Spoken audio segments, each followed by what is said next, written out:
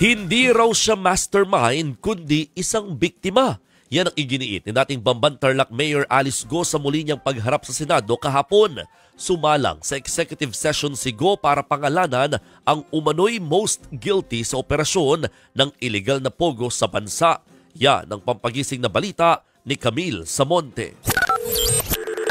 Ikaw ba ay mastermind o willing ka magsabi kung talaga meron nasa likuran ng whole operation na ito? Your Honor, hindi pa ako mastermind. Masasabi ko po, isa pa akong victim. Yan ang iginiit ni dating Bamban Tarlac Mayor Alice Go sa muling pagharap niya sa Senado tungkol sa operasyon ng mga iligal na pogo sa bansa. Biktima raw siya, pero itinanggi niyang ginagamit siya ng mga sindikato sa pagpapatakbo ng mga pogo. Hindi naman po siya ginamit. Ano po akong tao, helpful akong tao. Kung meron man po, yun lang po. Pero sa mga activities po na ginawa or sa mga allegations po, wala pa akong kinalaman. I think sa tagal po na investigation, alam na rin po ng committee po, especially chaired by our Madam Chairman, who's really at the back of everything po.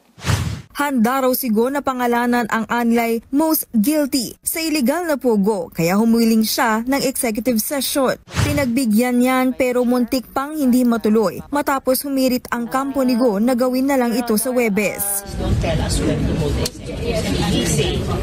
That's what we are offering. Start now. Natuloy ang executive session pero hindi na sinabi ng mga senador sa media ang mga ibinunyag ni Go. Sa gitna naman ng pagdinig, tinanong ni Senator Joel Villanueva si Go tungkol sa kanyang municipal administrator na si Alexander Abrenica. Bakit daw si Abrenica ang kinuha niya para magpatakbo sa kanyang mga negosyo? For the question po, I refuse to answer po. Paulit-ulit yang hindi sinagot ni Go, kaya dito na siya kinastigo ni Senator Jinggoy Estrada. I am telling you that it will not affect your pending cases before the courts. Sige na. Bakit mo siya pinagkakatiwalaan? For the businesses po, Sen, I refuse to answer po. Alam mo, dapat hindi Go apelyido mo, Alice Sica dapat Alice Sinungaling. Matapos ang pagdinig, ibinalik si Go sa Pasig City Jail Female Dormitory.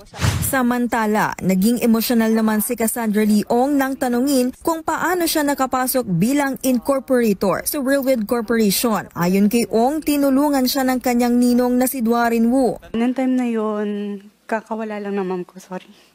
Nawala as in nag-disappear sila or namatay sila? Namatay mom ko. Dito naman dumating si Mr. Duanren. Doon mo siya nakilala. Okay. At tumayo siya parang magulang mo na.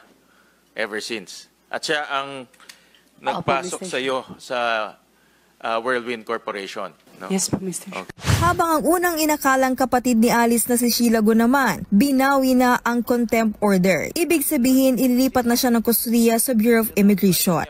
Nagbabalita mula sa Frontline, Camille Samonte, News 5.